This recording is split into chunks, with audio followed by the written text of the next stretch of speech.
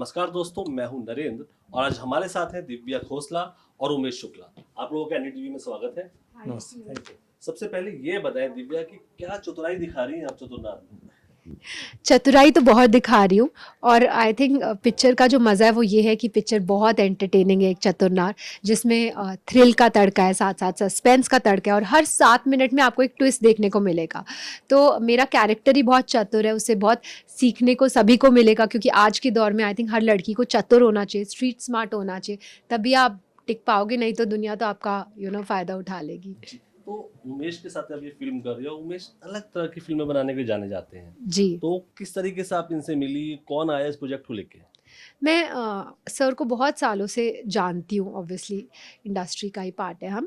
But जब ये script मेरे पास लेकर आए, मैं एक चीज़ बोलना चाहूँगी कि मैं बहुत टाइम से मेरे ये दिल की इच्छा थी कि मुझे कोई एक कॉमेडी फ़िल्म करने को मिल जाए।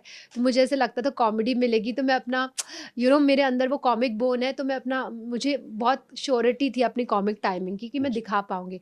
तो आई वाज़ वेरी हैप्पी कि सर स्क्रिप्ट जब लेकर आए, I was just so because script एक तो ओरिजिनल स्क्रिप्ट थी और इतनी इंटरेस्टिंग, इतनी एंटरटेनिंग। जनरली ऐसी पिक्चरें आती नहीं, इतनी रिलेटेबल थी पिक्चर की टेक्नोलॉजी को लेकर कि हमारे फ़ोन में हमारा सब कुछ होता है और उसका कोई दूसरा मिसयूज़ कर ले। So it's like a comic satire. So बहुत इंटरेस्टिंग स्क्रिप्ट एंड देन अभी इमीडिएटली आपने आई वाज़ ऑन ओरिजिनलिटी की बोर्ड। बात करी, तो जी। उमेश ये बताइए कि आइडिया कैसे आया? क्योंकि आजकल तो हर कोई कॉपी उठाता है, उसे सेम टू सेम जी, कर देता है, तो हाँ। आपने ये एफर्ट क्यों किया? एफ़र्ट इसलिए किया क्योंकि आजकल ये टेक्नोलॉजी को ओवर यूज़ भी बहुत हो रहा था।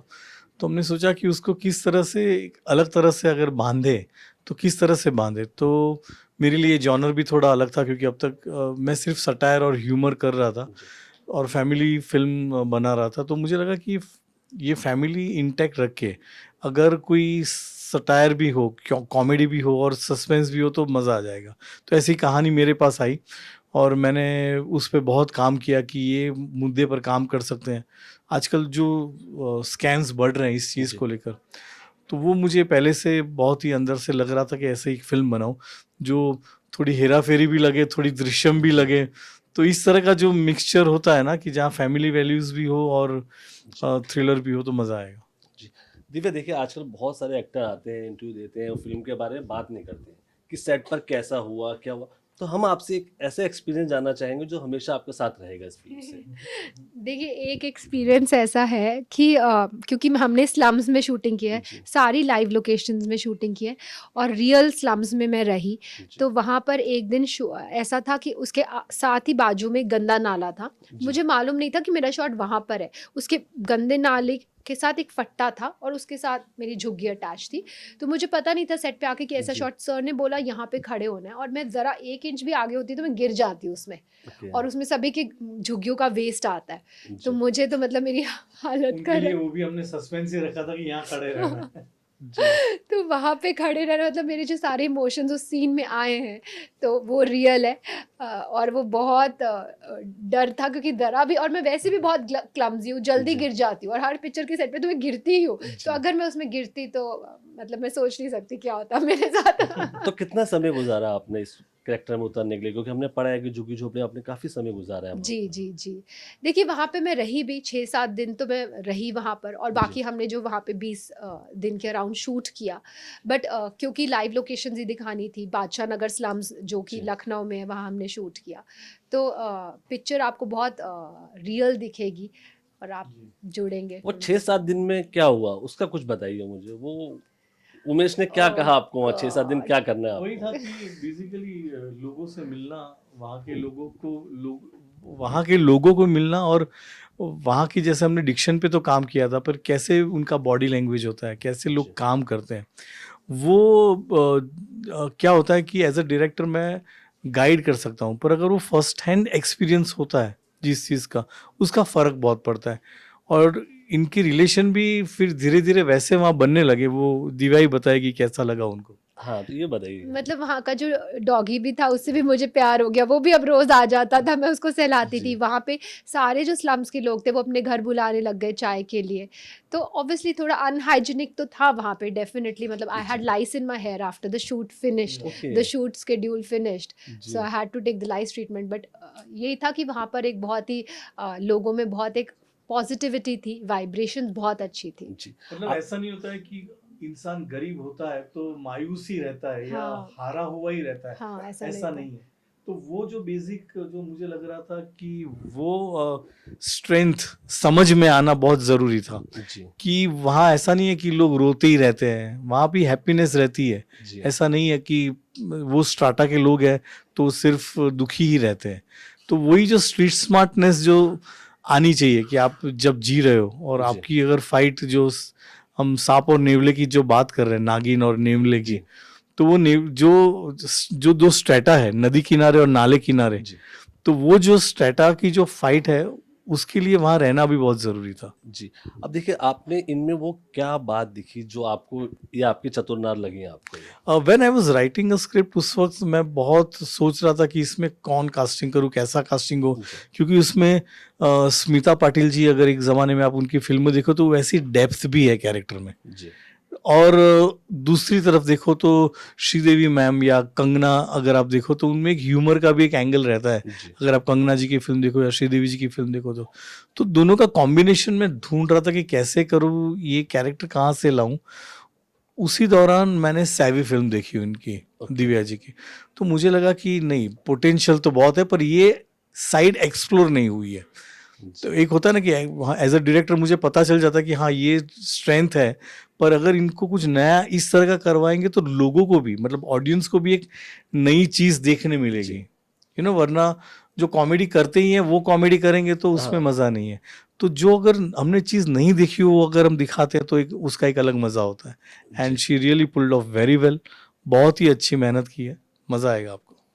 जब आपने ट्रेलर को देखा तो लगा कि ये वही दिव्या है या ये तो अब बदल गई पूरी तरीके से?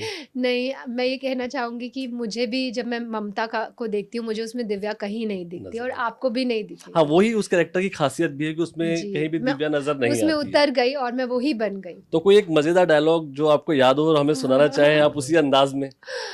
एक डायलॉग है जो आप अपने दुश्मनों को बोल सकते हैं, नास पिटे कमबख्त मारे औलादे ना इनकी, इनके दुश्मन जुग जुग जिए, इनकी औलादे इनका खून पिए, जुलाब लगे सालों को। जी।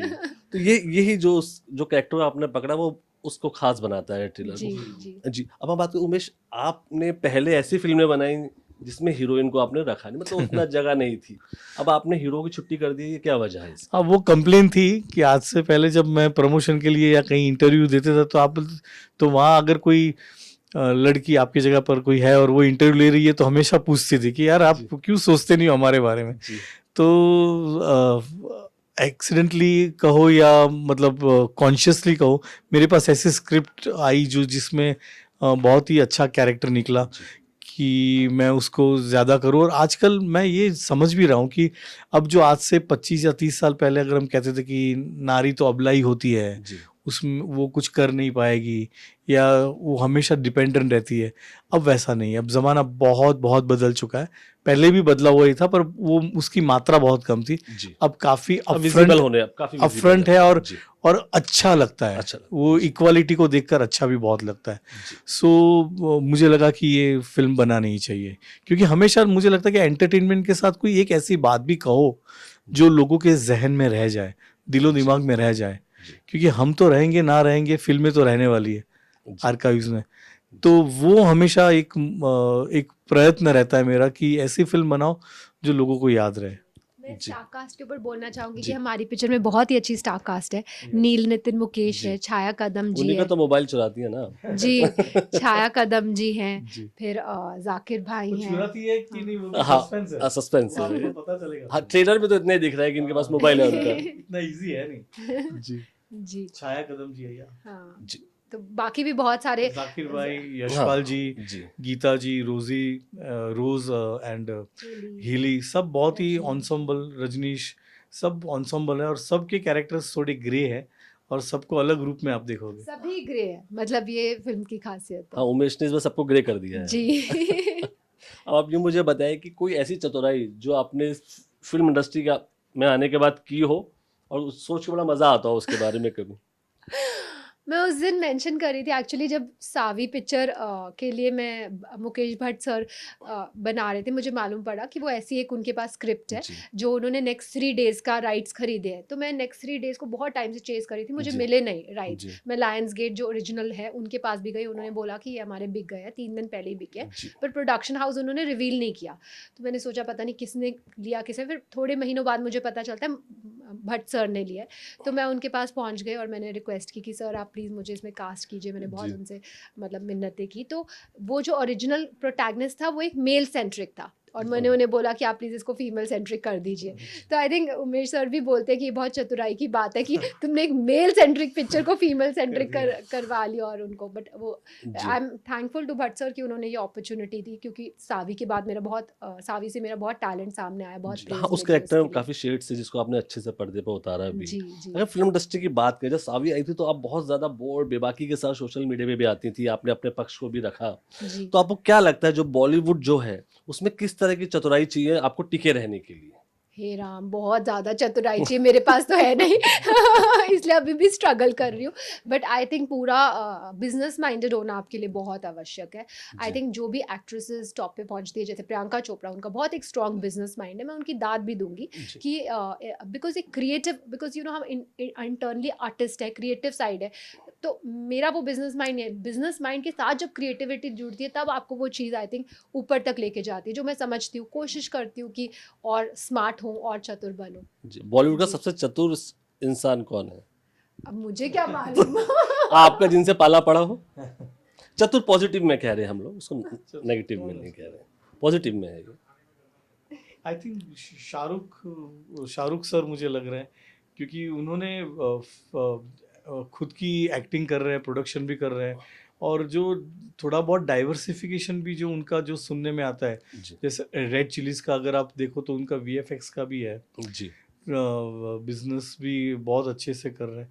और आई थिंक आजकल काफ़ी एक्टर्स जो है अपना जो डाइवर्सिफिकेशन जिस तरह से कर रहे हैं, जी अजय देवगन सर का भी खुद का एक वीएफएक्स का जी स्टूडियो बना है। जी तो जो आपने इस इंडस्ट्री से कमाया है, वही इंडस्ट्री में अगर आप थोड़ा अपने हिसाब से डाइवर्सिफिकेशन कर रहे हो, तो मुझे बहुत अच्छा लगता है जब मैं ऐसा सुनता हूँ तो। जी ये जवाब सुनकर अच्छा लगा मैं जी। आपका। तो और दूसरी बात ये कि आपसे एक शिकायत है हमारी। मेरे से हाँ, अरे OMG लेके आए, इतनी शानदार फिल्म बनाई, जी। और दूसरी बार में गच्चा दे के निकल गए आप, क्यों नहीं? दूसरी OMG 2 में क्यों नहीं थे आप? नहीं, OMG 2 में ऐसा था कि उस वक्त मैं ऑलरेडी ऑफ कोर्स मुझे प्रोडक्शन हाउस से हम लोग जी सब दोस्ती है, अक्षय जी, परेश जी, सब जी हम फ्रेंड्स ही हैं। तो मुझे ही पूछा गया था कि आप OMG 2 के लिए कोई स्क्रिप्ट तैयार करो, पर तब तक मैं ऑलरेडी 102 नॉट आउट पे काम कर रहा था। ओके तो उस वक्त मैंने बोला कि मैं डाइवर्ट नहीं करना चाह रहा हूँ मेरा माइंड।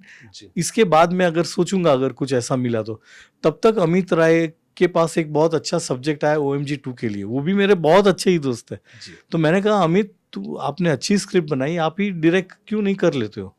तो ऐसा कभी नहीं था कि मुझे निकाला गया और कोई और घुस गया, ऐसा कुछ नहीं था। पर ऑफ कोर्स एक बंदे ने अच्छी स्क्रिप्ट लिखी थी, वो खुद भी बहुत अच्छे डायरेक्टर है। जी उन्होंने पहले एक रोड टू संगम करके एक फिल्म बनाई थी विद परेश जी, तो बहुत ही अच्छे सुलझे हुए डायरेक्टर थे। तो मैंने बोला कि यार you do justice to this script, और बहुत अच्छी फिल्म बनी। अब 102 नॉट आउट की बात करें तो आपके पास 2 एक्टर थे, अमिताभ बच्चन, ऋषि कपूर, जी और दोनों के तेवर अलग हैं, उनका अलग हाँ। लाइफ स्टाइल है, तो उनको हैंडल करना कितना मुश्किल था, और कोई मजेदार वाकया उनसे जुड़ा हुआ? इनफैक्ट बिल्कुल भी मुश्किल नहीं था। एक मतलब क्योंकि मेरे लिए सीखना बहुत था उसमें से। एक तो दोनों 27 साल के बाद वापस फिल्म में काम कर रहे थे एक साथ, जी तो वो पहले मुझे था कि कैसे ट्यूनिंग होगी 27 साल के बाद अगर 2 एक्टर ऐसे काम कर रहे हैं।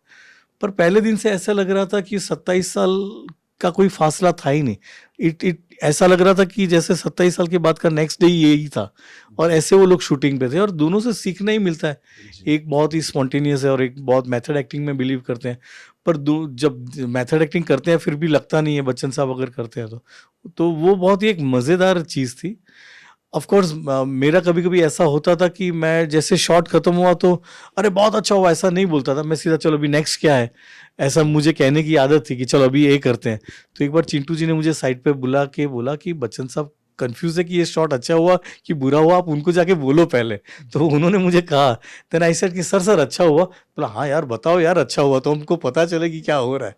जी तो अब ये 2 इतने अच्छे एक्टर्स हैं, उनको हम क्या बोले कि आपने अच्छा किया है, वो अच्छा ही करेंगे। जी जी। Of course. तो ये सब चीज़ें थी।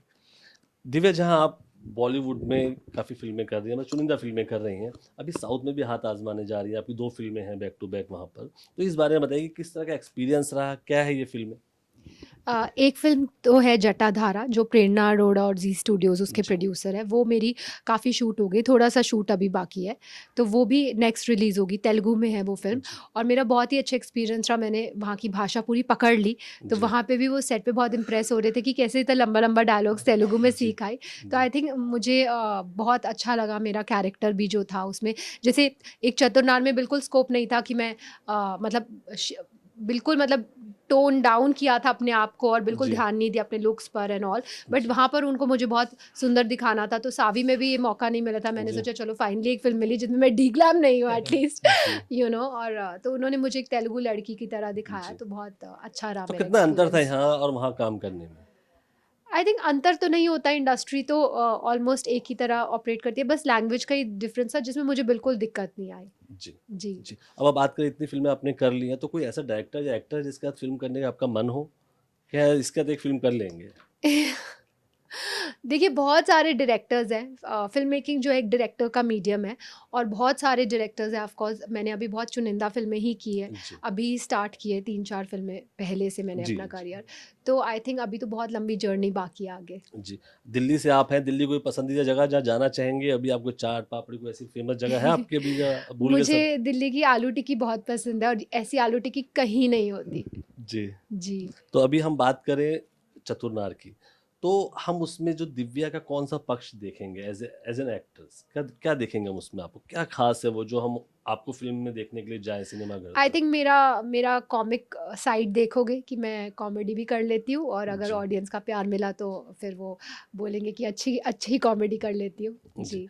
उमेश, अभी आप बैक टू बैक 2 फ़िल्में लेके आ रहे हैं, है ना? आपकी ये भी है, हीर एक्सप्रेस भी है। तो इसके जी। अलावा अभी और क्या तैयारी कर रहे हैं आप? कुछ है अभी और? जी, मैं मोहम्मद रफ़ी साहब की बायोपिक पे काम कर रहा हूँ और जी। उसकी स्क्रिप्ट ऑलमोस्ट अभी रेडी हो गई। नाउ आई वो अभी कास्टिंग के लिए जाएगी। तो आपको कौन लगता है कौन हो सकता है हमारा मोहम्मद नहीं, रफ़ी? अभी तो सोचना बहुत डिफ़िकल्ट है क्योंकि जी। वो शख्सियत इतनी ज़बरदस्त है रफ़ी साहब की। जी। वो शख्सियत से मिलता-जुलता मिलना और वो बहुत मेहनत माँग लेगा वो कैरेक्टर का कास्टिंग करने में। जी। तो फ़िल्म वो प्रोजेक्ट भी लंबा चलेगा, मुझे लगता नहीं कि जल्दी, मतलब टाइम तो लगेगा उसको। टाइम लेगा पर ऑफ़ कोर्स मुझे करना है। उसका पीरियड भी अलग है ना। हाँ, स्क्रिप्ट वो रेडी है अपनी? स्क्रिप्ट ऑलमोस्ट रेडी है। यस। जी। अब आप मुझे बताएँ दिव्या कि मॉडलिंग, एक्टिंग, डायरेक्शन सब आपने किया, ठीक है? लेकिन आपको लगता है कि एक्टिंग करके आप कहीं न कहीं पंगा ले लें, क्योंकि आपको क्रिटिक्स देखेंगे, हाँ भाई ये ऐसा कर रही हैं, वो कर रही हैं, ये लिखेंगे आपके बारे में। आपको लगेगा डायरेक्शन करती हूँ सही रहेगा, लोगों को इशारों पे नचा दूँगी, काम हो जाएगा? नहीं, डायरेक्शन में भी क्रिटिक्स होते हैं, क्यों नहीं हैं। होते? एक्चुअली हमारा हर टाइम ऐसा लगता है, मुझे ऐसा लगता है बोर्ड एग्ज़ाम आ गया फिर रिज़ल्ट आना है यार। जी। तो बट आई थिंक मैं कॉन्फिडेंस रखती हूँ अपनी क्राफ्ट पर। इनफैक्ट आजकल ये बहुत चक्कर है, बहुत लोग, मैं आपको बताना चाहूँगी कि बहुत सारे लोग हैं, साइट्स हैं, वेबसाइट्स हैं जो ब्लैकमेल करती है मेरी टीम को। एक साइट कॉन्स्टेंटली ब्लैकमेल कर रही है कि आप हमें जी। पैसे दो नहीं तो हम गंदा रिव्यू लिखेंगे। तो ओके। ये चीज़ जो आई है, ये बहुत बुरी आई है, इसलिए मैं ऑडियंस को भी बोलूँगी कि सतर्क रहिए। आप हमेशा ट्रेलर देखिए और पिक्चर देखने जाइए, क्योंकि कई रिव्यूअर्स, कोई भी खड़ा हो गया आजकल की रिव्यूअर्स बन के, तो इस पर ज़्यादा बिलीव नहीं करना चाहिए। मैं सिर्फ जो टॉप क्रिटिक्स हैं, जो अच्छे क्रिटिक्स हैं, जैसे कोमल नाता जी या हुँ। मीना अय्यर जी या सुभाष के झा, मतलब जो सीनियर हुँ, क्रिटिक्स हैं, हुँ। जी। और तरन आदर्श जी, उन्हीं के वर्डिक्ट पे बिलीव करती हूँ, क्योंकि मुझे पता है कि ये जेन्युइन लोग हैं, ऑथेंटिक लोग हैं। इनफैक्ट मुझे पता है कि मेरी रिसेंटली मार्केटिंग टीम मुझे बता रही थी कि मतलब काफ़ी क्रिटिक्स को आजकल पे अमाउंट डिस्ट्रीब्यूट करना। मैंने उन्हें बोला देखो मैंने कभी किया नहीं ये काम, मैं आगे करूँगी नहीं, क्योंकि मुझे अपने सिर पर ये पंगा लेना नहीं है। आजकल जी। बहुत सारी पिक्चरें कर रही है, ऐसे-ऐसे रिव्यूज़ उनको भेजे जाते हैं, लिख कर पीआर भेजती है और वही वो छापते हैं, व्हिच इज़ जी। Very sad. मैंने कहा मुझे पंगा लेना नहीं, क्योंकि मैं एक बार लूँगी, आगे से हर बार वो एक्सपेक्ट करेंगे। तो मेरी जो पिक्चर है, मैं छोटे बजट्स की जी। फ़िल्म करती हूँ। हमारी ये फ़िल्म भी बहुत हमने कम बजट में बहुत अच्छा प्रोडक्शन वैल्यू के साथ फ़िल्म जी। बना ली। तो उतना मार्केटिंग बजट ही नहीं होता कि हम ये सब करें, और मैं बिलीव ही नहीं करती। जी। तो मैं बिलीव करती हूँ कि जो मैंने काम किया, जेन्युइन क्रिटिक्स उस पे रिएक्ट करेंगे मेरी क्राफ्ट को लेकर। तो जी। सावी में भी मुझे अच्छे रिव्यूज़ मिले, उससे पहले मैंने यारियां 2 करी थी, उसके लिए भी मेरे लिए पर्सनली अच्छे रिव्यूज़ मिले थे। तो I think as a artist I believe in the craft and I believe in remaining genuine and truthful, मुझे तो लगता है कि राइटियस, या कभी-कभी बुरे रिव्यूज से भी फर्क इतना नहीं पड़ता है। फिल्म अगर अच्छी होती है ना, ऑडियंस तो जी, लोग जी। देख के वर्ड ऑफ माउथ से आ ही जाते हैं। जी ओ माय गॉड को भी 1.5 स्टार मिला है कभी-कभी। तो मुझे लगता है कि ठीक है, आपको ऐसी लगी होगी, वो आपका पर्सनल पॉइंट ऑफ व्यू है। जी ऑडियंस जो है वो बहुत ही शार्प है, वो हमसे भी ज्यादा चतुर है, आई वुड से। वो जी फिल्म समझ लेते हैं, उनको अगर एंटरटेनमेंट वैल्यू मिल जाती है तो ऐसा नहीं है। 102 नॉट आउट को भी 2 स्टार मिले हैं या 1.5 स्टार मिले हैं, पर वो स्टार से मुझे नहीं लगता कि उतना फर्क पड़ता है। जी लोगों को अगर फिल्म अच्छी लगती है तो जाते हैं देखने। आपने बॉक्स ऑफिस कलेक्शन को भी लेकर भी कहा था, तो उस बात पे अभी भी कायम है कि बॉक्स ऑफिस कलेक्शन बहुत ज़्यादा क्लियर नहीं होते हैं। देखिए, ये बहुत ही सैड सिचुएशन आजकल जो हो गई है कि जी। काफ़ी कॉर्पोरेट बुकिंग्स हो रही हैं, और मोस्टली मैं बोलती हूँ कि 90% of the films corporate bookings करवा रही है, विच इज़ वेरी सैड, क्योंकि आप गलत नंबर डिक्लेयर कर रहे हो। तो जो सच्चाई की राह पे चल रहा है उनका तो सही, मतलब आप कैसे वो करोगे, यू नो। जी। हमारे जो स्कूल में फर्स्ट टीचिंग दी जाती है वो ये दी जाती है कि चीटिंग मत करो। That is the first thing जो हर बच्चे को सिखाया जाता है, एग्जाम्स में चीटिंग मत करो। जी बट अगर यही आजकल कलयुग चल रहा है तो किस किस को आप जाके समझाओगे? जिसको जो करना है वो करेगा। बट मैं बस ऑडियंस को कहूँगी, जैसे सर ने बोला कि ऑडियंस आजकल बहुत स्मार्ट है, वो फेक नंबर्स देखकर नहीं जाएंगे। तभी जाएंगे जब उनको एक पॉजिटिव वर्ड ऑफ माउथ आएगा और उनको ट्रेलर अच्छा लगेगा, पिक्चर के जो एसेट्स आए हैं वो अच्छे लगेंगे। दिव्या और उमेश, अब हमारे ऑडियंस को ये बताएं कि उनको ये एक चतुर नार क्यों देखनी चाहिए, और क्या वजह है?